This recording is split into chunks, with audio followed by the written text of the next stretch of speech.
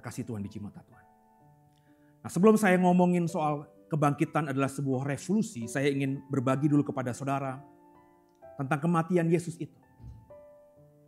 Kematian Yesus itu fakta, Bapak Ibu. Bukan hoak. Kenapa demikian? Karena kalau kau belajar tentang sejarah, sesuatu itu dipercayai benar adanya jika ditemukan bukti primer. Bukti primer itu begini Bapak Ibu. Contoh ya, yang disebut bukti primer itu. Kerajaan misalnya kerajaan Majapahit. Siapa yang tidak tahu di Indonesia ini ada kerajaan Majapahit?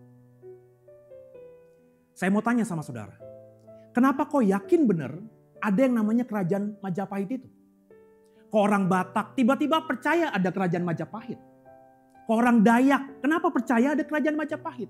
Sampai orang Papua yang jauh di timur sana percaya di Nusantara ini dulu ada yang namanya kerajaan namanya Majapahit. Minta maaf ya.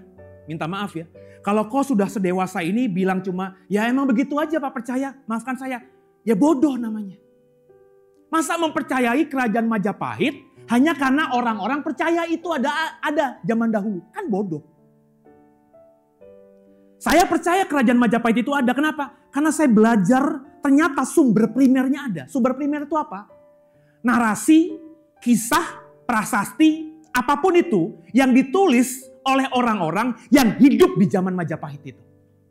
Contohnya, kalau kau pernah dengar yang sebaya dengan saya, yang kita dulu sekolah di zaman Orde Baru tahu nih. Ada namanya Kitab Negara Kertagama. Ditulis oleh Empu Prapanca. Itu ditulis di abad ke-14, sejaman dengan Majapahit.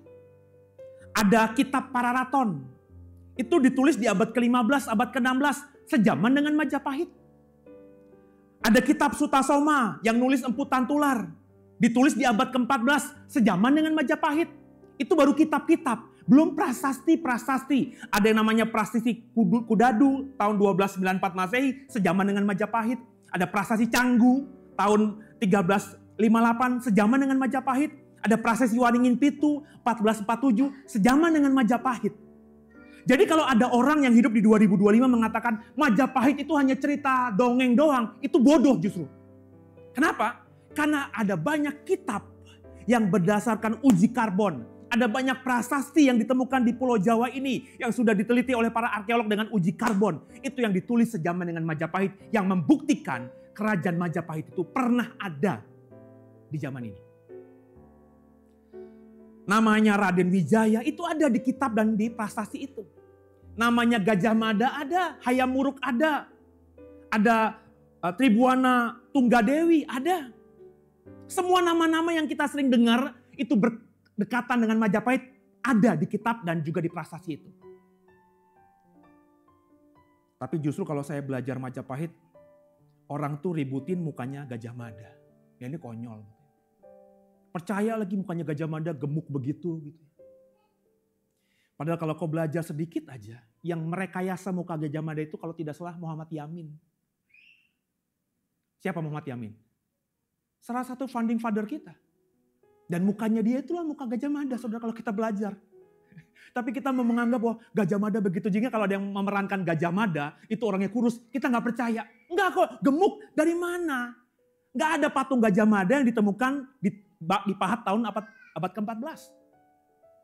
Kita ributin hal-hal yang remeh-remeh, tapi sumber yang utamanya kita tidak dalami. Persis seperti orang Kristen. Yang hari ini tadi saya bilang, bayang dari Alam Sutra rumah saya sampai sini. Bahasa Betawinya saya ngebacot sama Sion. Ya, Sion, ini zaman udah gila banget. Secara ngomong saya ngomong begini. Papa sedih deh. Ada banyak pendeta sekarang ini saling jelek-jelekin dogmatikanya. Hanya ngomongin penginjilan itu cuma hal-hal yang remeh-remeh. Beda doktrin dikit diomongin. Bahkan ada banyak pendeta masih ngomongin penginjilan dengan konsep bahwa tidak ada jalan keselamatan lain hanya pada Yesus. Yang lain di luar Yesus itu masuk neraka semuanya. Itu narasi-narasi kuno saya bilang gitu. Tantangan gereja hari ini penginjilan itu bukan itu Bapak Ibu. Tantangan penginjilan itu apa? Menghadapi masa depan yang tidak menentu ini. Yang ngeri Bapak Ibu. Saya kemarin beri buku Homo Deus. Ya, dan saya baca karena saya sudah tahu buku itu ditulis oleh Yuval Harari, seorang sejarawan dari Yahudi. Tapi dia menulis narasi begitu luar biasanya tentang masa depan manusia.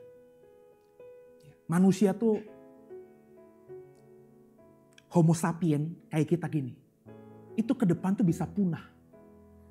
Digantikan Homo Deus. Bapak Ibu tahu Homo Deus gak? Homo itu manusia, Deus itu apa? Allah, dewa, manusia Allah. Kenapa? Karena sekarang ini gak ada yang gak mungkin di depan mata kita. Itu tantangan gereja. Gereja hari ini tuh harus ngomongin itu. Bukan ngomongin metode penginjilan yang diwariskan ribuan tahun yang lalu. Udah gak update. Masih ngomongin soal setan, genderuwo. Itu udah gak update. Tantangan kita hari ini tuh bukan itu, Pak.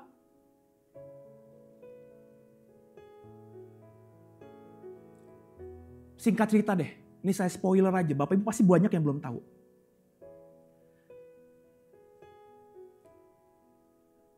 Kok tiba-tiba saya ngeblank. Ya. Teknologi yang diciptakan oleh Elon Musk. Apa tadi Sion? Papa bilang Sion? Neuralink. Ya, coba klik di Google, di YouTube. Itu gila. Pernah nggak ingat saya khotbah begini? Saudara, di zaman menara Babel, manusia itu mau seperti Allah, kenapa? Karena mereka satu bahasa, benar ya? Terus saya bilang, ingat gak khotbah saya itu? Saya bukan bernubuat, tapi kalau saya pikir-pikir, gila, gue udah khotbahin itu, sekarang lebih tajam lagi. Manusia itu karena satu bahasa, mereka akhirnya mau seperti Allah. Karena gampang menyatukan manusia itu. Kalau narasinya sama, bahasanya sama. Maka Allah akhirnya tahu ini. Wah, ini kacau nih. Makanya dibedakan banyak bahasa. Saya bilang, kalau nanti kendala bahasa sudah tidak ada lagi, maka manusia akan menjadi Allah. Seperti zaman menara Babel. Terus saya tafsirkan dulu nih. Khotbahnya belum lama, 2-3 tahun lalu. Terus saya menafsirkan begini. Nanti ada teknologi seperti earphone. Ingat gak saya ngomong begitu? Saya orang Indonesia, saya tidak bisa berbahasa Rusia. Saya ketemu sama orang Rusia yang tidak bisa berbahasa Indonesia. Tapi karena kita punya teknologi yang sama, kayak earphone gitu. Saya ngomong pakai bahasa Indonesia, di earphone-nya dia, ketangkepnya pakai bahasa Rusia. Dia jawab pakai bahasa Rusia, ketangkepnya di saya, bahasa Indonesia. Jadi meskipun kita ngobrol pakai bahasa berbeda, tapi kami nyambung. Tapi ternyata Pak, yang buatannya Elon Musk itu gak kayak gitu Pak. Neuralink itu kecil, chips kecil. Kecil. Ditanam di kepala. Sampai sekarang teknologinya masih ditanam di kepala. Tapi katanya sekarang ini cuma di kayak pin. Nih kayak ini nih. Kayak mikrofon saya ini. Pakai magnet gitu. So bayangkan, saya di sini dengan Pak Prana di situ. Kita gak perlu lagi ngomong begini Pak. Karena dengan Neuralink itu, saya tahu banget isi hati Bapak, isi pikiran Bapak, begitu pula sebaliknya. Jadi kehidupan nanti tuh Pak, kita gak perlu ngomong Pak, telepati. Itu di depan mata Pak. Coba bayangin ya, ini belum khotbah nih. Kita mau tahu planet Mars, gak perlu kita ke sana Pak. Terbangin aja roket ke planet Mars, ya. Terus kita tancepin itu avatar kita di sana, teknologi. Terus kita di Indonesia ini bisa jalan-jalan Pak, melihat semua yang ada di planet Mars. Karena di sana ada avatar kita. Ada sinyal yang bisa menangkap apa yang ada di planet Mars. Itu kedepannya begitu Pak. Saya bilang sampai Sean, nanti gak butuh makan Pak. Yang bener Pak. Kenapa lo lapar? Karena tadi lewat di depan situ, ada beberapa makanan yang sudah ada. Wah, itu kecium tuh. Masuk otak kita. Kerutuk-kerutuk. Lapar itu dari otak. Teknologi Neuralink itu bisa membuat otak nanti tidak bisa dipengaruhi oleh bau apapun. Sehingga nanti ke depan Pak, manusia gak butuh makan kayak sekarang 3 kali sehari. Gelo gak? Ini muka-mukanya gak tahu semuanya kan? Karena yang di otak lu tuh masih yang zaman sekarang. Gak mau belajar yang ke depan. Padahal handphone ada di tanganmu. AI ada di tanganmu tapi kau gak mau baca itu. Kedepannya gila. Makanya dokter itu gak akan ada lagi Pak dalam 10 tahun mendatang kata Bill Gates. Guru gak perlu ada lagi Pak. Lo kalau Pak Prana misalnya ahli kimia. Saya mau belajar kimia. Ngapain saya kuliah? Saya pakai Neuralink aja, taruh di Pak Prana. Ilmunya Pak Prana Semua saya tahu. Pak Prana mau tahu teologi ya? Gak perlu sekolah Pak. Apa yang di otak saya, Bapak tahu. Maka manusia nanti di akhir zaman, gak sampai 10 tahun, 5 tahun mendatang itu, manusia yang kecerdasannya luar biasa. Ngeri gak tuh? Ini masih belum paham nih. Ya. Nanti kalau mau tahu, link-linknya minta sama saya. Ya. Kematian Yesus itu fakta Pak. Bukan hoax. Kenapa? Munculin ayatnya. Ada orang namanya Flavius Josephus, itu nama Romawi Pak. Ia memiliki nama asli Yosef bin Matiyahu. Lahir di tahun 34 atau 37 Masehi di Yerusalem. Kemudian meninggal 100 Masehi di Roma. Ini bukan orang Kristen, ini adalah orang Yahudi Farisi. Dari keluarga imam. Tentu kalau Farisi berarti tidak percaya kepada Yesus.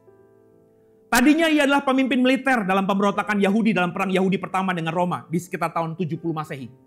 Cuma karena perang Yahudi itu kalah sama Roma, akhirnya Flavius Josephus ini menyerah dan bekerja untuk Kaisar Vespasianus. Itu sejarahnya tinggal diguling aja, ada.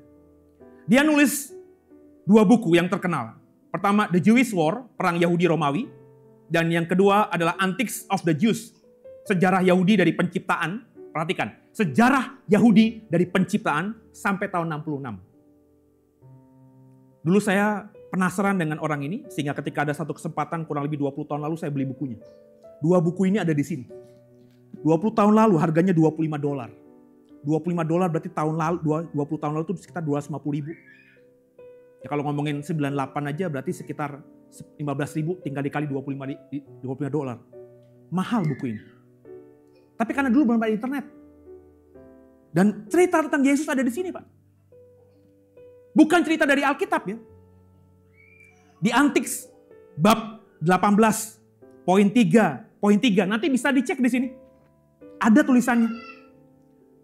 Yosefus berkata demikian. Pada waktu itu hidup Yesus, seorang bijak.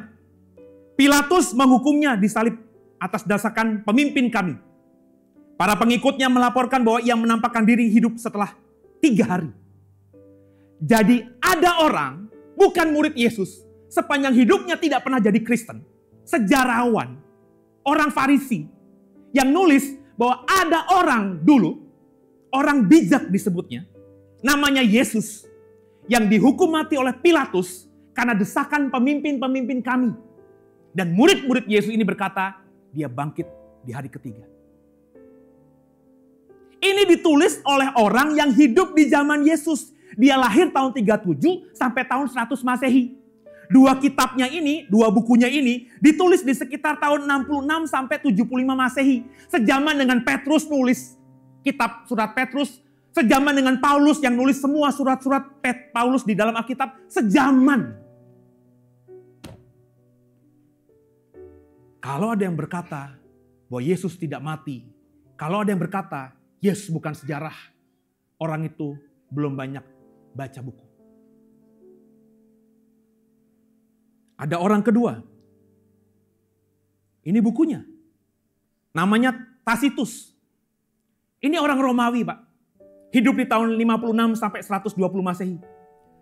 Tacitus ini adalah senator dan sejarawan Romawi. Artinya apa? Bukan orang Kristen.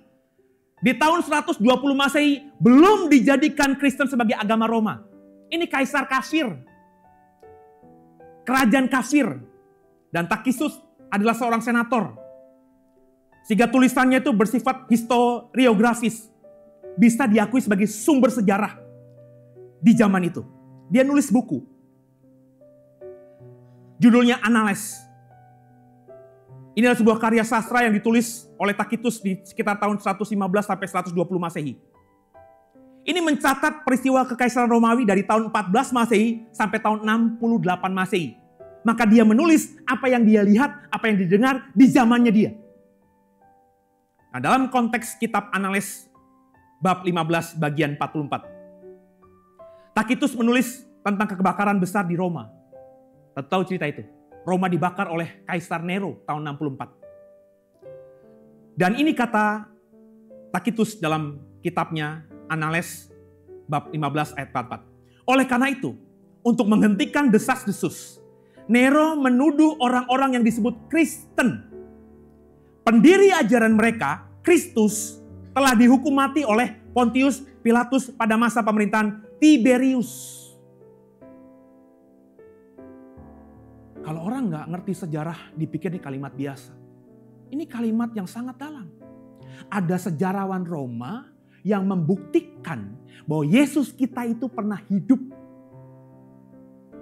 Dia dihukum mati oleh Pontius Pilatus di zaman Kaisar Tiberius. Persis seperti yang Alkitab katakan. Padahal yang namanya Tacitus ini bukan orang Kristen. Jadi sejarah mencatat banyak pengikut Bapak Ibu. Yesus di abad pertama dan bahkan hampir semua rasul itu kan mati martir. Kenapa mereka mau mati martir coba? Kalau bukan sesuatu yang terjadi atas apa yang mereka imani, nggak mungkin mereka mau mati martir. Alah Pak Seno, pemimpin agama lain, orang-orang yang menganut agama lain juga banyak yang mati syahid, mati martir. Bener iya, tapi lu nggak belajar sejarah. Kalau ada suatu agama, dengerin saya ngomong omong kosong, saya belajar sejarah. Kalau ada pendiri agama, ya, terus kemudian pengikutnya ada yang banyak mati syahid atau mati martir, itu kenapa? Karena perang, Pak. Memperebutkan kekuasaan, Pak. Agama itu kalau kita pelajari bisa berkembang karena kekerasan, Pak. Tapi Kristen beda. Di gereja-gereja awal tidak pernah ada kekerasan. Kekerasan yang namanya perang salib itu bagi saya kebodohan gereja zaman itu. Kapan saya, sebenarnya kalau Bapak Ibu jadi member dari WBSD, sudah saya ajar itu perang salib itu perang kebodohan. Abad pertama, abad kedua, semua rasul-rasul, semua murid rasul-rasul itu tidak pernah mengajarkan perang. Rasul-rasul semuanya mati martir karena imannya. Kenapa mereka beriman begitu? Karena mereka tahu Yesus mereka itu mati dan Yesus mereka itu bangkit. Jadi banyak orang Kristen yang awam, yang dilempar ke goa singa, yang dilempar diadu sama gladiator, itu mati konyol begitu, bukan karena kekuasaan Pak, karena imannya. Jadi beda dengan orang-orang beragama lain yang dikatakan oleh agamanya, sejarah agamanya bahwa mereka mati syahid, mati martir. Banyak memang mereka mati syahid dan mati martir, tapi dalam konteks perang, Pak. Beda langit dan bumi dengan orang-orang Kristen generasi pertama, abad pertama. Jadi kematian Yesus itu fakta. Ada Josephus tadi, orang Farisi. Ada Tacitus tadi, orang Romawi. Sekarang saya mau sebutkan satu lagi. Ini orang Yunani, Pak. Lucian dari Samosata. Hidup tahun 125 sampai 180 Masehi. Dia adalah seorang penulis satir Yunani yang terkenal dengan kritik pedas terhadap agama, filsafat, dan masyarakat di zamannya. Dia nulis buku namanya The Passing of Peregrinus. Ditulis sekitar tahun 170 Masehi. Menceritakan kisah Peregrinus Proteus, seorang filsuf yang sempat menjadi Kristen, kemudian murtad lagi. Jadi si Lucian ini mengejek kekristenan karena dia tahu ada seorang filsuf yang namanya Peregrinus pernah menjadi Kristen terus murtad lagi. Tidak percaya kepada Kristus lagi. Dan dalam kritikannya dia ngomong begini di bukunya itu. Orang-orang Kristen seperti yang kalian tahu menyembah seorang filsuf sampai hari ini. Filsuf itu adalah orang yang disalibkan di Palestina karena memperkenalkan ritual baru ini kepada dunia. Mereka menganggap diri mereka sebagai orang yang abadi, hidup kekal, hidup selama-lamanya. Sehingga mereka meremehkan kematian dan banyak yang dengan sukarela menyerahkan diri. Itu dicatat oleh orang kafir, orang Yunani yang namanya Lucian dari Samosata. Ketika dia menuliskan ada filsuf, pemimpin mereka adalah filsuf yang disalibkan di Palestina. Merujuk pada siapa? Yesus lah. Yesus ini memperkenalkan ritual baru. Maksudnya apa? Orang-orang Kristen itu mengadakan baptisan, perjamuan kudus. Itu ritual baru yang tidak dipahami oleh orang-orang Yunani. Terus dikatakan dalam tulisannya, mereka itu orang-orang Kristen itu menganggap diri mereka abadi, bisa hidup selamanya. Itu pemahaman iman kita kan. Kita itu kalau mati pun akan dibangkitkan kembali dan hidup kekal. Jadi saya lagi bagikan Bapak Ibu, dari perspektif Yahudi, dari perspektif Romawi, dari perspektif Yunani. Ada sumber primer yang hidup sejaman dengan dunia Alkitab, Perjanjian Baru. Yang mengatakan bahwa Yesus itu benar-benar mati. Jadi kematian Yesus itu fakta. Bahkan orang Yahudi, kalau kau pernah dengar orang Yahudi, dalam kitab Yahudi, Talmud Sanhedrin 43a. Ini Talmud, tafsir rabi-rabi Yahudi terhadap sesuatu. Sanhedrin 43, Bapak Ibu tinggal cari aja di ChatGPT, Bapak Ibu cari aja di Google. Mudah kalau asal mau belajar. Apa kata Sanhedrin 43a? Pada malam Paskah, mereka menggantung Yeshua Natsri. Yeshua atau Yosua Nasri itu bahasa Ibrani dari Yesus orang Nazaret. Jadi mereka menggantung Yeshua Nasri, Yesus dari Nazaret. Seorang penyiar berkeliling selama 40 hari sebelumnya. Berkata, ia akan dirajam karena melakukan sihir dan menyesatkan Israel. Siapa yang bisa membelanya datanglah. Tapi tidak ada yang membelanya, lalu mereka menggantungnya pada malam Paskah. Perhatikan, narasinya itu negatif soal Yesus. Yesus itu menyebarkan sihir, menyesatkan Israel. Tapi biar bagaimanapun narasinya, ada fakta, ada orang namanya Yeshua Natsri, Yesus dari Nazaret yang disalib. Ya kalau mereka mengatakan Yesus tukang sihir, ya wajarlah mereka nggak percaya Yesus. Tapi meskipun demikian, Talmud Sanhedrin tadi mengatakan bahwa ada memang Yesus itu. Kematian Yesus itu fakta sejarah Bapak Ibu. Ada sumber primer yang ditulis sejaman dengan peristiwa kematian Yesus oleh orang-orang yang bukan Kristen. Dan dengarkan saya. Di agama-agama lain, nah kok ketemu ini nih. Tidak ada, saya nggak mau sebut agamanya. Nanti kita ngomong setelah selesai aja. Kau sebutin agama apa aja. Kalau ada bukti yang sejaman dengan pendiri agama itu, ya, sebutin. Nggak ada. Orang berkata, oh dia itu nabi, dia itu adalah setengah dewa, manusia dewa. Itu ditulis kalaupun ada, bukan di kitab sucinya, oleh orang-orang yang terkemudian. Cek sejarah. Beda dengan Yesus kita, Pak. Yesus kita tuh bukan cuma ada di Bible, Pak. Makanya kalau ada orang berkata bahwa Yesus tuh gak pernah ada, itu kan Yesus kan ada di Alkitab memang, tapi Alkitab sudah dipalsukan. Gampang matahinnya, Pak. Asal lo mau belajar aja, Pak. Kasih tahu tadi sumber-sumber tadi, Pak. Diem mereka, Pak. Gak bisa jawab, Pak.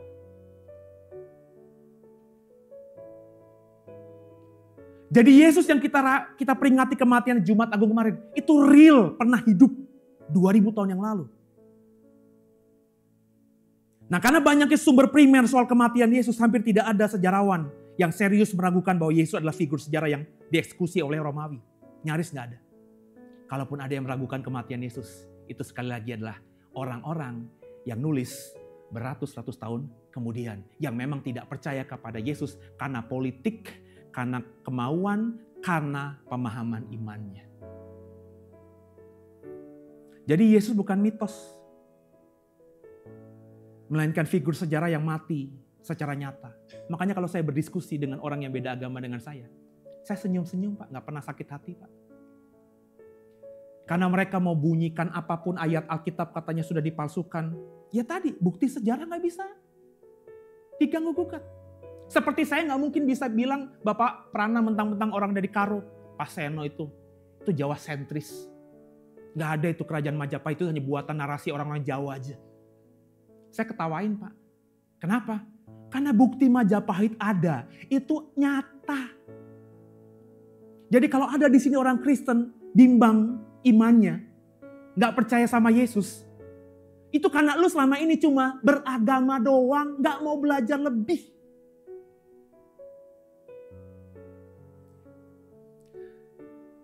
Sekarang kita mau memaknai kebangkitan. Nah ini lain soal nih. Saya harus ngomong ya, di atas ya, tidak di atas tidak. Kalau kematian Yesus Pak, itu ada sumber primer lain Pak selain Alkitab. Tapi kalau kebangkitan Yesus, memang susah menemukan sumber primer lain Pak. Bapak jangan bilang Pak Seno sesat ya. Saya ngomong fakta nih, supaya kau tuh bisa berpikir. Kalau ngomongin Yesus itu pernah ada, sumber primernya banyak. Kalau Yesus itu pernah mati di atas kayu salib di bawah pemerintahan Pontius Pilatus karena desakan dari pemimpin-pemimpin agama Yahudi, itu fakta di luar Alkitab, banyak sumber primernya. Tapi kalau kebangkitan Yesus memang harus diakui. Yang mencatat itu di luar Alkitab nyaris hampir tidak ditemukan. Inilah yang saya bilang, Bapak Ibu harus punya iman. Tapi meskipun tidak ada sumber-sumber primer lain di luar Alkitab tentang kebangkitan Yesus, sekarang saya mau mengajak saudara berpikir dengan apa yang ada di Alkitab. Ingat ya, Alkitab itu penulisnya bukan satu orang Pak. Kalau tadi bicara tentang kitab Negara Kertagama, Alkitab sejarah mencatat Negara Kertagama itu yang nulis adalah Empu Prapanca. Kira-kira Bapak Ibu bisa percaya nggak sama satu orang ini doang? Kalau hanya sumber tentang kerajaan Majapahit cuma dari Empu Prapanca. Halo? Susah dong. Karena cuma satu orang yang ngomong dong. Tapi kalau ngomongin kerajaan Majapahit kan ada Empu Prapanca, ada Empu Tantula dan seterusnya kan. Nah Alkitab kita itu yang nulis bukan cuma satu orang Pak, problemnya Pak. Kalau Alkitab itu yang nulis hanya Paulus saja, tidak ada penulis lain. Maka kita bisa agak sedikit meragukan. Karena jangan-jangan subjektif. Buka hatimu Bapak Ibu. Kita baca ayat Alkitab ini. 3, 1 ya. Jika Kristus tidak dibangkitkan, maka sia-sialah kepercayaan kamu dan kamu masih hidup dalam dosamu. Kebangkitan Yesus adalah yang utama. Natal itu boleh keren, mujizat Yesus boleh keren. Tapi bagi saya, apalah artinya Natal, apalah artinya mujizat-mujizat yang dilakukan oleh Yesus kalau dia tidak bangkit. Sebab kata Paulus dalam 1 Korintus 15 ini, kalau Yesus tidak dibangkitkan, maka sia-sialah iman kita. Nah saya mau mengajak Bapak Ibu rendahkan hatimu. Maafkan kalau ini kecil, tapi paling tidak ayatnya Bapak bisa capture, ya, terus baca nanti di rumah. Saya baca dengan cepat. Kronologis kesaksian tentang kebangkitan Yesus. Meskipun ini di Alkitab, tapi tokoh yang mengalaminya adalah orang yang berbeda dan ditulis oleh orang-orang yang berbeda. Matius 28 ayat 1 sampai 18.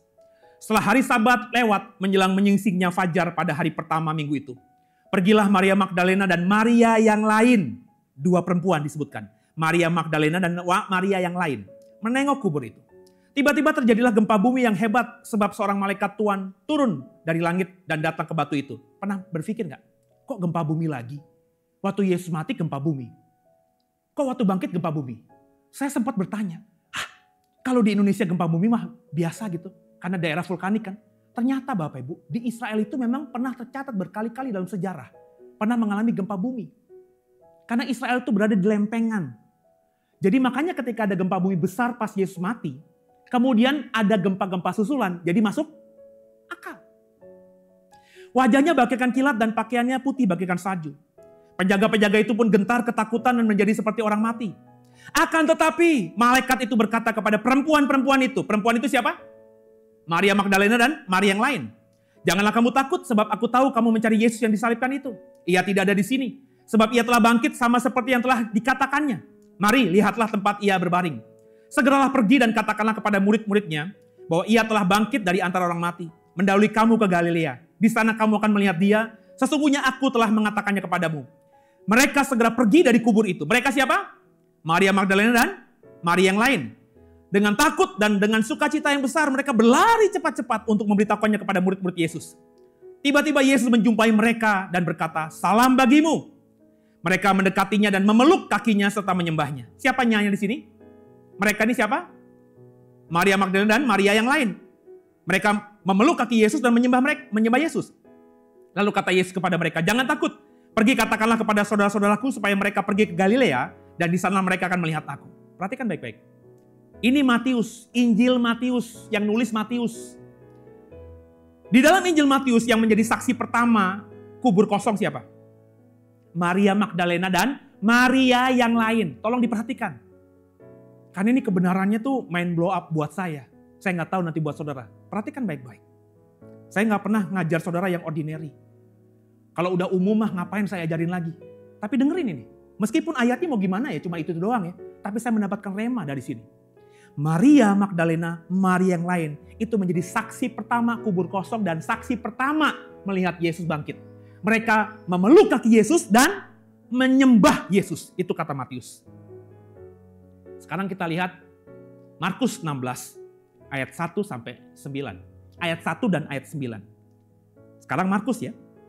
Kronologis kesaksian Paskah. Perhatikan baik-baik. Setelah lewat hari Sabat, Maria Magdalena dan Maria ibu Yakobus serta Salome membeli rempah-rempah untuk pergi ke kubur dan meminyaki Yesus. Ayat 1 Markus 16 ayat 9. Setelah Yesus bangkit pagi-pagi pada hari pertama minggu itu, ia mula-mula menampakkan dirinya kepada Maria Magdalena. Yesus pernah mengusir 7 setan dari dia. Nah, kalau menurut Markus, siapa yang menjadi saksi kubur kosong? Maria Magdalena, Maria ibu Yakobus dan Salome. Menurut Markus, siapa menjadi saksi kebangkitan Yesus? Melihat Yesus bangkit? Maria Magdalena. Ia mula-mula menampakkan dirinya kepada Maria Magdalena. Perhatikan ini. Di Matius tadi, yang menjadi saksi kubur kosong dan saksi Yesus bangkit siapa? Maria Magdalena dan Maria yang lain. Oke? Di Markus, yang menjadi saksi kubur kosong, itu Maria Magdalena, Maria ibu Yakobus, serta Salome. Tapi yang melihat Yesus bangkit siapa? Maria Magdalena. Ada perbedaan narasi. Pak, kok berbeda? Itu kenapa saya bilang yang nulis memang berbeda. Yang nulis ini kan berdasarkan pengalaman pribadi dan juga apa yang mereka dengar. Ini membuktikan Alkitab memang tidak seragam. Kalau Alkitab itu dipalsukan, niatnya memang untuk sama. Kenapa berbeda-beda? Samain aja semuanya, selesai. Tapi ini kerennya Alkitab kita. Lanjut, Lukas 23 ayat 55 sampai dengan 24 ayat 1 langsung ayat 10. Saya baca buat saudara ya. Kata Lukas nih tentang Paskah. Perempuan-perempuan yang datang bersama-sama dengan Yesus dari Galilea ikut serta dan mereka melihat kubur itu dan bagaimana mayatnya dibaringkan. Setelah pulang, mereka menyediakan rempah-rempah dan minyak mur. Pada hari Sabat, mereka beristirahat menurut hukum Taurat. Tapi pagi-pagi benar, pada hari pertama minggu itu, mereka pergi ke kubur membawa rempah-rempah yang telah mereka sediakan. Perhatikan, perempuan-perempuan itu ialah Maria Magdalena, Yohana, Maria ibu Yakobus. Perempuan-perempuan lain juga yang bersama-sama dengan mereka memberitahukannya kepada rasul-rasul. Jadi dalam Lukas, siapa yang menjadi saksi kubur kosong? Maria Magdalena, Yohana, for the first time disebutkan di Lukas, di Matius dan di Markus tidak ada nama Yohana. Kemudian Maria ibu Yakobus dan perempuan-perempuan lain. Benar ya? Jadi ada beberapa perempuan lain selain 3 yang disebutkan di Injil Lukas itu. Semuanya menjadi saksi kubur kosong. Tapi tidak ada yang dikatakan melihat Yesus bangkit. Kalau kau baca Injil Lukas, yang pertama lihat Yesus bangkit siapa? 2 orang murid yang ke Emmaus. Benar ya? Nggak tahu ya? Siapa salah satu murid yang ke Emmaus itu namanya? Ayo, bingung juga kan? Kleopas. Ya. Nggak ada. Di perempuan-perempuan ini nggak dikatakan melihat Yesus bangkit, cuma melihat kubur kosong. Itu kata Lukas. Perhatikan, nanti saya hubungkan. Nah sekarang Injil kan ada 4. Matius, Markus, Lukas, Yohanes. Sekarang kita lihat Yohanes. Itu makanya kalau kau membaca Alkitab seperti saya membaca Alkitab tuh nggak bosen. Seru. Yohanes 20 ayat 1 sampai 18. Agak panjang nih ya, saya baca cepat ya. Yohanes 20 ayat 1 sampai 18. Tolong oke, saya bukanya. Oke, iya. Nanti tolong di slide ya, digeser ya. Yohanes 20 ayat 1 sampai 18. Pada hari pertama minggu itu, pagi-pagi benar ketika hari masih gelap, pergilah Maria Magdalena ke kubur itu. Dan ia melihat bahwa batu penutupnya telah diambil dari kubur. Ia berlari-lari mendapatkan Simon Petrus dan murid yang lain yang dikasihi Yesus. Dan berkata kepada mereka, Tuhan telah diambil orang dari kuburnya dan kami tidak tahu di mana ia diletakkan. Lalu berangkatlah Petrus dan murid yang lain itu ke kubur. Keduanya berlari bersama-sama, tapi murid yang lain itu berlari lebih cepat daripada Petrus karena mungkin lebih muda. Sehingga lebih dahulu sampai di kubur. Ia menjenguk ke dalam dan melihat kain kafan terletak di tanah, akan tetapi ia tidak masuk ke dalam. Kemudian datanglah Simon Petrus juga menyusul dia dan masuk ke dalam kubur itu. Ia melihat kain kafan terletak di tanah, sedangkan kain peluh yang tadinya ada di kepala Yesus tidak terletak dekat kain kafan itu, tapi terlipat sendiri di tempat yang lain. Sesudah itu masuklah juga murid yang lain, yang lebih dahulu sampai di kubur itu, dan ia melihatnya dan percaya. Sebab selama itu mereka belum mengerti isi kitab suci yang mengatakan bahwa ia harus bangkit dari antara orang mati, lalu pulanglah murid-murid itu ke rumah. Tapi Maria berdiri di luar kubur itu dan menangis. Sambil menangis ia menjenguk ke dalam kubur itu. Dan tampaklah olehnya 2 orang malaikat berpakaian putih. Yang seorang duduk di sebelah kepala dan yang lain di sebelah kaki di tempat mayat Yesus terbaring sebelumnya. Kata malaikat-malaikat itu kepadanya, "Ibu, mengapa engkau menangis?" Jawab Maria kepada mereka, "Tuhanku, Tuanku telah diambil orang dan aku tidak tahu di mana ia diletakkan." Sesudah berkata demikian ia menoleh ke belakang dan melihat Yesus berdiri di situ. Tapi ia tidak tahu bahwa itu adalah Yesus. Kata Yesus kepadanya, "Ibu, mengapa engkau menangis? Siapa yang kau cari?" Maria menyangka orang itu penjaga taman, lalu berkata kepadanya. Sebenarnya terjemahannya bisa diterjemahkan Tuhan, karena kata Yunaninya kurios. Tapi di sini Elaine menerjemahkannya menjadi Tuan. Nggak apa-apa, ya, karena memang saya menafsirkan kurios itu bukan Tuhan, tapi Tuan. Tuan, jikalau Tuhan yang mengambil dia, katakanlah kepadaku, di mana Tuhan meletakkan dia, supaya aku dapat mengambilnya. Kata Yesus kepadanya, "Maria!" Maria berpaling dan berkata kepadanya dalam bahasa Ibrani, "Rabuni!" artinya guru. Kata Yesus kepadanya, "Janganlah engkau memegang aku terus, sebab aku belum naik kepada Bapa, tapi pergilah kepada saudara-saudaraku dan katakanlah kepada mereka bahwa sekarang aku akan pergi kepada Bapakku dan Bapamu, kepada Allahku dan Allahmu." Maria Magdalena pergi dan berkata kepada murid-murid, "Aku telah melihat Tuhan," kurios, dan juga kepada dia yang mengatakan hal itu kepadanya. Kasih Tuhan. Dalam Injil Yohanes, siapa yang menjadi saksi kubur kosong dan melihat pertama kali Yesus bangkit? Maria Magdalena. Beda nggak dengan Matius? Kalau dalam Yohanes, yang memegang dan memeluk kaki Yesus siapa? Maria Magdalena. Tapi kalau kata Matius, Maria Magdalena dan Maria yang lain. Ini kalau orang memang baca Alkitabnya cuma sepenggal-sepenggal, pasti berkata, tuh, salah kan? Salah salin kan? Ceritanya beda kan? Cuma Bapak Ibu harus paham, Alkitab itu ditulis oleh orang yang berbeda. Saya berkali-kali kasih contoh, Bapak Ibu sekarang semua lihat saya. Beberapa orang di sini kan lihat saya. Nanti kalau nggak percaya, yang suami istri aja deh. Atau yang sama datang dengan saudaranya, dengan anaknya. Nanti sambil pulang, tolong bilang, tadi kamu lihat pasnya di mimbar kayak gimana? Kalau kau suami istri pulang dari sini ke rumahmu, pasti suami akan ngomong, ih si pasnya tadi pakai batik, warnanya agak muda gitu. Tapi kalau yang istri, pasti tadi agak gantengan tadi. Karena kan perempuan kan, lebih mikirnya ke sana. Jadi orangnya sama, dilihat di momen yang sama, tapi dideskripsikan dengan bahasa yang berbeda. Wajar nggak? Wajar. Sekarang polemik ijazah Jokowi aja banyak yang bilang percaya, banyak yang bilang nggak percaya. Wajar nggak? Wajar. Sampai nanti momen Pak Jokowi nunjukin ijazahnya nih.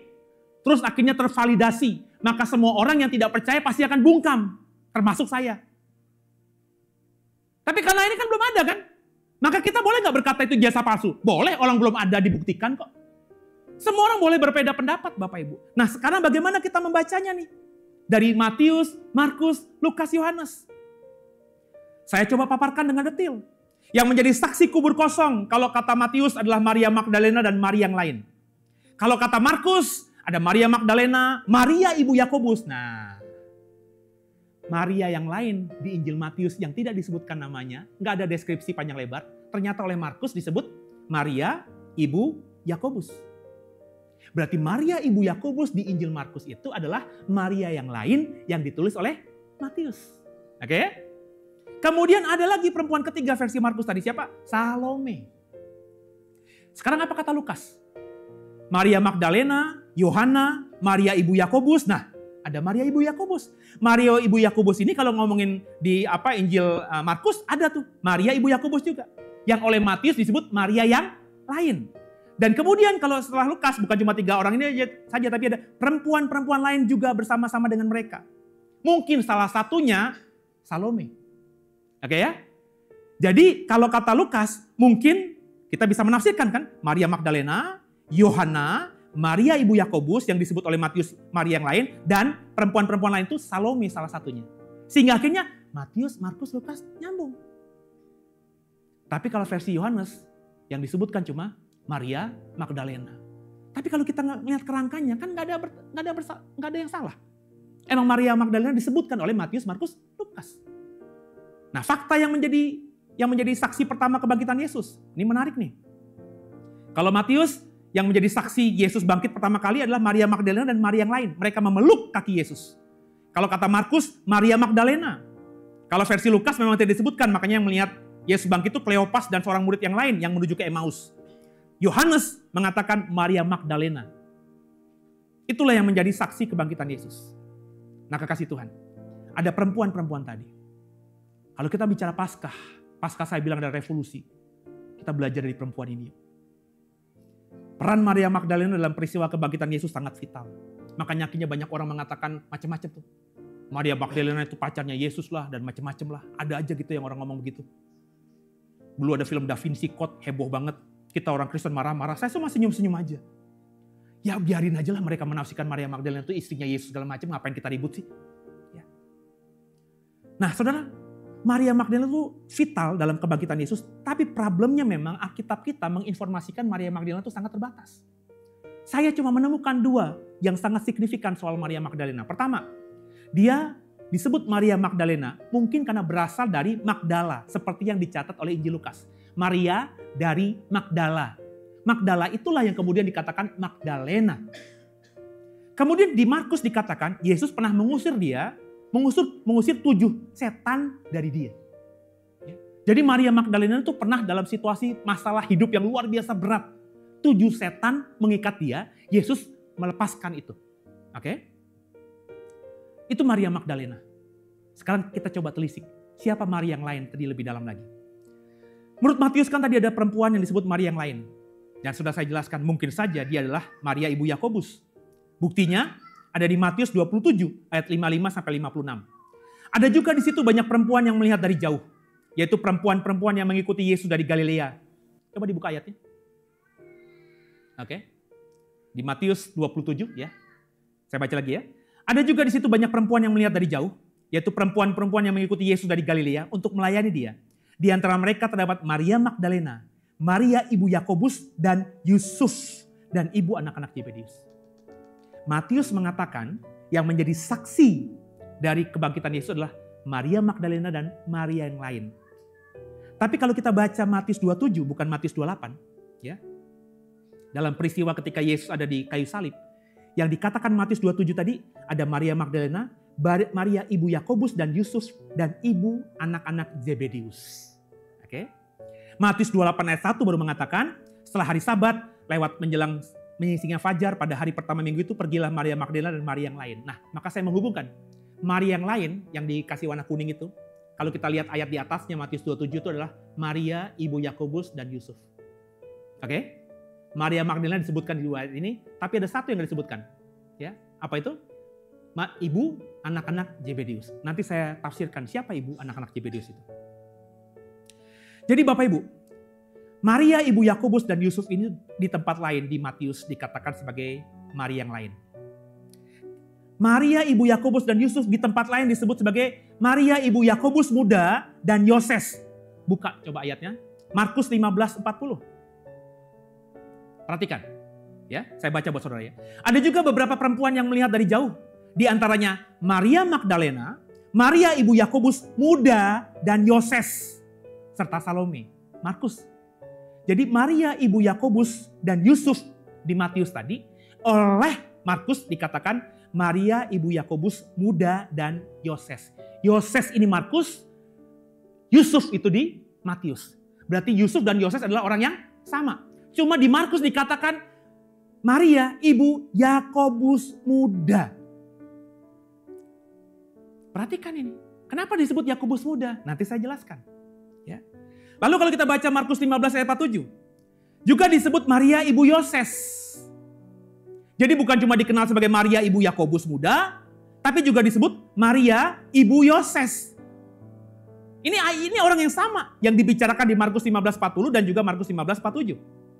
Nah, sekarang kita baca Yohanes 19 ayat 25. Perhatikan nih. Dekat salib Yesus berdiri ibunya. Siapa berarti? Siapa berarti? Maria dong, ibunya Yesus kan? Dan saudara ibunya, Maria istri Klopas dan Maria Magdalena. Maria istri Klopas ini siapa? Kalau kita cuma bacanya Yohanes nggak ketemu nih. Tapi kalau kita lihat tadi ritme caranya, di Matius dikatakan ada Maria yang lain. Di Markus dikatakan Maria ibu Yakobus dan Yusuf atau Yoses. Maka kemungkinan besar Maria istri Klopas ini ya perempuan yang sama. Nah, menariknya Bapak Ibu, kata Klopas itu adalah kata dalam bahasa Yunani. Saya cari tahu, ternyata Klopas itu punya nama lain dalam nama Yahudi adalah Alpheus. Bapak Ibu tahu dong, ada rasul Yesus namanya Yakobus, anak Alpheus. Jadi Bapak Ibu, kalau Bapak Ibu menemukan kebenaran ini, maka yang disebut Maria yang lain oleh Matius, di tempat lain disebut Maria ibu Yakobus dan juga Yusuf. Maria ibu Yakobus dan Yoses. Maria Yoses. Maria istri Klopas. Ini ngomongin perempuan yang sama. Yakni Maria yang adalah ibu dari rasulnya Yesus yang namanya Yakobus bin Alpheus. Disebut Yakobus muda untuk membedakan dengan Yakobus tua. Siapa Yakobus tua? Anak-anak Zebedeus. Kan rasulnya Yesus kan yang namanya Yakobus ada dua. Ada Yakobus dan Yohanes anak-anak Zebedeus yang disebut the Boanerges, anak-anak guru itu. Dan juga Yakobus anak Alpheus. Berarti perempuan yang namanya Maria istri Klopas, Maria yang lain, Maria ibu Yakobus dan Yoses ini adalah ibu dari rasulnya Yesus. Makanya gak heran dia ada di bawah kaki salib. Maka gak heran dia melihat Yesus ketika disalib. Maka gak heran dia ada di Getsemani. Dia ada di tempat yang namanya goa, tempat Yesus dikuburkan. Dia bersama Maria Magdalena berusaha untuk merempah-rempahi mayat Yesus. Kalau kita mengerti ini, kita akhirnya ngerti siapa Maria ini. Oh, ternyata Maria ibu dari rasul Yakobus muda, Yakobus bin Alpheus. Maka gak heran dia ada di situ. Punya kepentingan di situ. Jadi Maria yang disebut Maria yang lain itu adalah Maria ibu Yakobus rasul, yakni Yakobus anak Alpheus. Kadang-kadang disebut Yakobus muda. Ini untuk membedakan dengan rasul Yakobus anak Zebedeus. Dan menariknya, dia juga disebut dengan Maria ibu Yoses. Dia juga adalah istri Klopas. Kemudian siapa Salome? Ini Salome, penafsiran saya agak berbeda dengan banyak tafsiran lainnya. Kalau bagi saya, Salome kemungkinan besar adalah ibu dari Yakobus dan Yohanes, istri dari Zebedeus. Apa argumentasi pasti yang ngomong begitu? Kita lihat Matius 27 ayat 55 sampai 56. Ada juga di situ banyak perempuan. Dibuka ayatnya. Matius 27 ayat 556. Ada juga di situ banyak perempuan yang melihat dari jauh, yaitu perempuan-perempuan yang mengikuti Yesus dari Galilea untuk melayani dia. Di antara mereka terdapat Maria Magdalena dan Maria ibu Yakobus dan Yusuf tadi, ya. Dan ibu anak-anak Zebedeus. Ibu anak-anak Zebedeus, ibunya Yakobus dan Yohanes, istrinya Zebedeus ini ada di dekat salibnya Yesus. Ia ada di Golgota. Tapi kenapa namanya nggak disebutkan di tempat lain? Padahal dia ada di situ. Makanya saya mencoba memikirkan, jangan-jangan ini yang disebut dengan Salome. Cuma itu Pak? Enggak, ada yang lain. Markus 16 ayat 1 dan juga ayat 9. Setelah lewat hari Sabat, Maria Magdalena dan Maria ibu Yakobus serta Salome membeli rempah-rempah dan pergi ke kubur meminyak Yesus. Menarik nih, di Matius 27 disebutkan Maria Magdalena, Maria ibu Yakobus dan ibu-ibu anak Zebedeus bersamaan. Tapi dalam peristiwa membeli rempah-rempah dan pergi ke kubur yang disebutkan Maria Magdalena, Maria ibu Yesus dan Salome. Sama-sama 3 perempuan, Tapi kalau di Matius dikatakan ibu anak-anak Zebedeus, sedangkan di Markus dikatakan Salome. Boleh nggak saya mengatakan bahwa jangan-jangan Maria yang disebut Salome atau ibu anak-anak Zebedeus ini namanya adalah Salome? Bisa saudara? Ya. Di Matius ibu anak-anak Zebedeus disebut bersama dengan Maria Magdalena dan Maria ibu Yakobus Yoses, tapi di Markus yang disebutkan dengan bersamaan dengan Maria Magdalena dan Maria ibu Yakobus adalah Salome. Kenapa kok Markus itu bisa tahu banget namanya Salome? Sedangkan di Matius hanya disebut sebagai ibu anak-anak Zebedeus. Karena Matius itu adalah Lewi. Lewi itu siapa? Rasul paling terakhir. Dia tidak mengikuti Yesus di awal-awal pelayanannya. Lah, kok Markus tahu Pak? Karena Markus itu dipercaya oleh semua teolog perjanjian baru. Dia dapat cerita tentang Yesus dari siapa? Dari Petrus. Dan Petrus itu adalah murid pertama Yesus. Maka kalau Petrus tahu siapa ibu dari Yohanes dan Yakobus anak-anak Zebedeus itu, nggak heran. Karena memang teman sepermainan. Kayak kita waktu zaman kecil ya. Masih nggak tuh yang anak sekarang? Ebi masih sering bercanda sama temen nggak? Plus mana gitu nggak? Nah sama kan? Kita juga dulu kecil kan gitu kan ya. Nama orang tua kita disebut-sebut gitu kan. Bercandaan gitu kan. Ya apa nggak Petrus itu ngomong itu, Salome ketika bercanda sama si Yohanes sama Yakobus. Sehingga dia tahu banget ibunya Yohanes dan Yakobus siapa. Maka ketika dia nulis Injil yang kemudian ditulis oleh Markus, dia berkata Salome. Lalu yang menarik Bapak Ibu, Yohanes 19 ayat 25. Ini menarik banget. Dekat salib Yesus, berdiri ibunya dan saudara ibunya, Maria istri Klopas dan Maria Magdalena. Nah makanya saya menafsirkan Bapak Ibu. Ada disebut saudara ibunya. Saudara Maria. Siapa ini? Kalau bagi saya, yang dikatakan Yohanes 19:25, yang ada di bawah kaki salib Yesus, selain ibunya dan Maria Magdalena, dan juga Maria istri Klopas atau Maria ibu dari Rasul Yakobus muda, adalah saudara ibunya. Siapa saudara ibunya?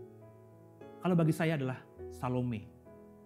Anak dari, ibu dari Yakobus dan Yohanes, istri dari Zebedeus. Kenapa alasannya begitu? Sederhana. Saya udah pernah ngomong. Tahu cerita perkawinan di Kana? Peristiwa di Kana itu dikatakan mujizat pertama Yesus, benar? Hanya ada di mana? Di Injil Yohanes. Tidak kau temukan di Markus, tidak kau temukan di Matius, tidak kau temukan di Lukas. Menarik di sini. Karena Lukas itu ketika nulis Injil, aku sudah menyelidiki semuanya. Tapi kok peristiwa di Kana luput dari pemahaman dia. Karena ketika Lukas itu mau interview semua orang-orang tentang Yesus, yang tahu peristiwa di Kana itu hanya segelintir orang. Kenapa ada di Yohanes? Karena saya menafsirkan yang kawin dalam peristiwa Kana itu besar kemungkinan adalah Yakobus, kakak dari Yohanes. Atau Yohanes sendiri. Dan bukti di perkawinan di Kana itu yang paling sibuk tentang anggur yang habis itu siapa? Maria kan? Maria kan heboh banget kan? Aduh Yesus, anggurnya habis nih gimana nih? Dia yang pusing, padahal ada pemimpin pesta di situ. Ada orang yang berkepentingan. Kenapa Maria itu heboh banget ketika anggurnya habis? Karena yang menikah itu adalah keponakannya. Dan Salome itu adalah adiknya. Dia gak mau nama keluarga besarnya hancur. Dan bukti bahwa peristiwa Kana itu yang mencatat hanya Yohanes. Berarti Yohanes itulah yang paling tahu. Matius gak tahu, si Lewi gak tahu peristiwa itu. Karena ketika peristiwa Kana, Lewi belum jadi murid. Masuk akal gak? Oh iya. Kenapa Markus gak nulis Pak katanya Injil Petrus? Ya mungkin ketika itu yang diundang cuma murid-murid Yesus yang dekat. Yakni siapa? Yohanes dan Yakobus. Kenapa? Karena mereka berhubungan darah. Itu kenapa juga menyebabkan kita mengerti. Yohanes berkata, murid yang paling dikasih. Dia kan klaim, dia adalah murid yang paling dikasih. Kalau kau lihat gambar Last Supper, yang bersender pada pundaknya Yesus itu Yohanes. Kita kan berpikir selama ini kalau saudara LGBT ya, ini homo nih, jangan-jangan nih Yohanes nih. Kenapa kok bersender sama Yesus? Enggak, dia bersender karena Yesus adalah siapa? Kakak sepupunya. Masuk akal nggak? Jadi Salome besar kemungkinan adalah istri dari Zebedeus, anak-anaknya, yakni Yakobus dan Yohanes. Itu yang menjadi Rasul Yesus. Dia adalah juga saudara dari Maria, ibu Yesus. Makanya gak heran dia ada di bawah kaki salib Yesus. Makanya gak heran lagi nih, aduh. Kenapa Yesus berkata kepada Yohanes, "Nak, ibuku Maria itu ibumu ya." Sama ibunya Maria, "Mah, itu anakmu ya." Kenapa? Karena emang Maria dititipin sama siapa? Adiknya sendiri kan? Dan Maria akan bisa terima bahwa dia akan dalam penjagaan dan pelindungan Yohanes. Kenapa? Yohanes itu adalah keponakannya sendiri. Jadi Bapak Ibu yang mau saya katakan, perempuan-perempuan di sekitar salib Yesus itu adalah perempuan-perempuan hebat yang setia kepada Yesus. Maria Magdalena itu dikuasai 7 setan. Ketika dipulihkan Yesus, ia setia mendampingi Yesus sampai akhir dan bahkan menjadi saksi pertama kebangkitan Yesus. Nggak seperti kebanyakan orang Kristen yang kalau sudah mengalami mujizat, gone with the wind, lupa sama Yesus. Maria ibu Yakobus atau disebut Maria yang lain itu adalah perempuan yang anaknya dijadikan rasul oleh Yesus. Yakobus anak Alfeus. Jadi ia bukan saja ada di salib Yesus karena imannya, tapi dia mendukung anaknya yang melayani Yesus. Bahkan dia di tempat lain disebut sebagai Maria, ibu Yoses. Ini menarik nih. Jadi meskipun anaknya Yakobus, anak Alfeus sudah jadi rasul, tapi dia bawa anak bungsunya Yoses untuk ikut Yesus juga. Ini contoh buat perempuan-perempuan di sini yang punya anak, yang harus membawa anak-anaknya kepada Yesus. Dia setia sampai akhir. Salome, istri Zebedeus, tafsir saya memang ibu dari Yakobus dan Yohanes. Besar kemungkinan ia saudara dari Maria, ibu Yesus, tantenya. Makanya saya sudah lama menafsirkan bahwa Yesus dan Yohanes itu punya hubungan darah. Yohanes itu digambarkan murid yang dikasihi, peristiwa di Kana. Ya. Makanya juga pernah dengar cerita ibunya Yakobus dan Yohanes meminta kepada Yesus, "Nanti kalau kau jadi raja, ingat 2 anakku ini ya. Satu duduk di sebelah kiri, satu duduk di sebelah kanan." Kira-kira kalau itu perempuan gak dikenal sama Yesus dengan baik, masuk akal gak? Halo? Ini perempuan entah dari mana gitu ya. Tiba-tiba ngomong sama, "Ntar kalau kau jadi raja, Yohanes di kiri, Yakobus di kanan ya." Kenapa si Salome ini berani ngomong sama Yesus begitu? Karena dia tantenya. Kalau nanti Yesus kau jadi raja, sepupumu inget ya. Jangan si Petrus, jangan si Thomas, ini dulu dong, sepupumu dulu dong. Jadi oh iya, makanya dia berani meminta kedudukan yang baik buat 2 anaknya itu. Inilah Salome Bapak Ibu. Dan faktanya dia adalah istri Zebedeus, juragan kapal. Tapi dia mau mendampingi anak-anaknya yang melayani Yesus. Dan bahkan mungkin Bapak Ibu, sometimes nanti kalau ada waktunya dan Tuhan berkenan saya mau ngomongin soal Salome ini. Yang membuat Maria akhirnya berubah ada di kaki salib Yesus. Itu si Salome. Sebab kita tahu kan Maria kan selama ini kan gak percaya sama Yesus kan. Ketika Yesus banyak melakukan mujizat, dia dengar terpengaruh sama banyak orang. Itu anakmu kerasukan setan. Maka Maria dengan adik-adiknya Yesus berusaha untuk ngambil Yesus kan. Maria tuh gak percaya sama Yesus. Mungkin akhirnya ada di bawah kaki salib karena Salome adiknya ini bilang, "Kak, anakmu itu luar biasa loh Kak. Ayo, dampingi dia." Maka Maria ada di kaki salib Yesus itu. Karena adiknya yang mengubah cara pandang dia tentang Yesus. Dari 3 perempuan hebat ini, kita belajar kesetiaan sampai akhir Bapak Ibu. Meski masing-masing awalnya punya motivasi terselubung, tapi dalam perjalanan mereka kita tahu bahwa mereka setia sampai akhir. Beberapa mereka jadi ibu yang hebat, yang mendampingi anak-anaknya dalam melayani Yesus. Kebangkitan adalah revolusi. Apa itu revolusi? Perubahan yang mendasar. Tadinya tidak ada pengharapan. Upah dosa adalah maut, keterpisahan dengan Allah. Tiba-tiba ada harapan. Kebangkitan Yesus berubah pemahaman kita soal kematian dan hidup. Kebangkitan Yesus juga merevolusi semua yang mengenal Yesus. Termasuk ibunya. Yang tadinya menganggap Yesus adalah anak yang kerasukan setan. Tapi akhirnya ada di bawah kaki Yesus dan mendampingi Yesus sampai akhir dan percaya pada anaknya. Saudara-saudaranya Yesus. Semuanya kini percaya kepada Yesus. Paskah mengubah identitas orang-orang yang mengalami Paskah pertama. Meskinya Paskah 2025 ini juga mengubah identitas kita.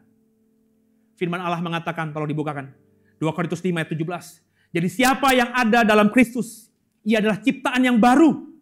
Yang lama sudah berlalu, sesungguhnya yang baru sudah datang. Pasca 2025 ini jangan kau lewati biasa aja. Habis pasca ini jangan seperti kemarin-kemarin. Kau sudah menjadi ciptaan yang baru mestinya. Yang lama sudah berlalu. Maka maknai Paskah dengan dalam.